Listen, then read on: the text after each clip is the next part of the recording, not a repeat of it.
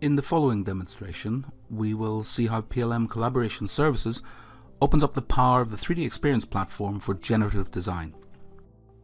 So let's start with a motorcycle designed in CATIA V5.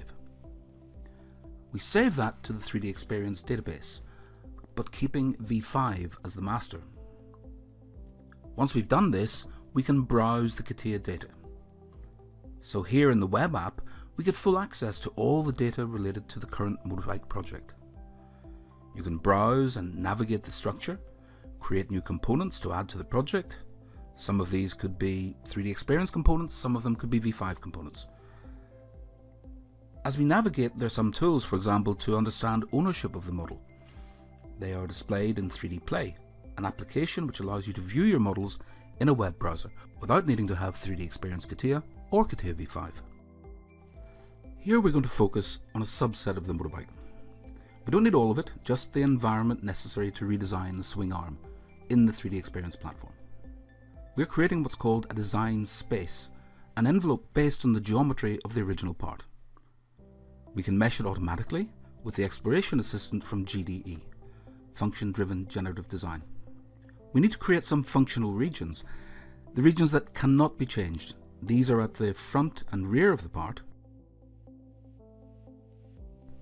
And then we define the critical load conditions that the part will experience, such as heavy braking, high acceleration, and we can validate that initial design space.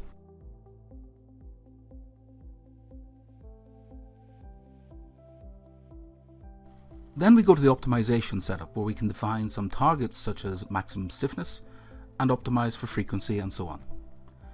Then we work on constraints to have more control and to drive the optimization in the right direction, such as making sure the part doesn't have more displacement in certain areas, to add maximum stress to your part, to refine control of fasteners and how they react. For the shape controls, you have manufacturing control to ensure your part is manufacturable with traditional processes such as casting or milling. Or you can give it more freedom and aim for a part to be created by additive manufacturing. In this case, we'll aim for a mid-plane symmetry, as the load cases are symmetrical. Once done, we can compute the result. In this case, we used additive manufacturing, so you can see the result is rather organic. The geometry is solid, so we can apply any CATIA geometric operation and standard CAD behaviors. This is not just a cloud of points or an STL format, it's real.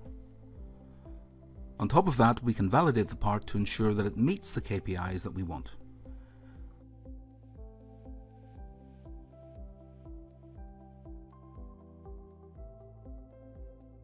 And this is the first of many variants that we can compare using the trade-off study tool.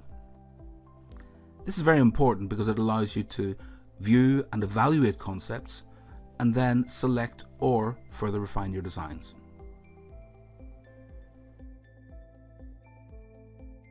In this case, we've chosen a version that can be easily milled, and then there's a version for additive manufacturing.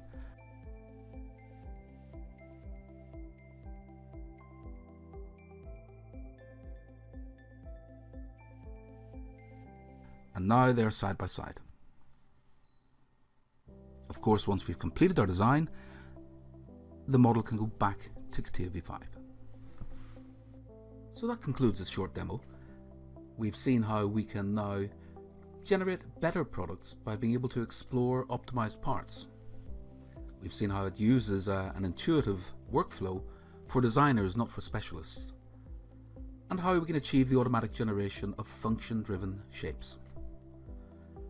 Of course, while doing this, we can continue to use CATIA V5, and also we have extended the value of our existing CATIA V5 data by exposing it to a much wider community. And in summary, we do all this by supplementing existing processes with 3D Experience CATIA.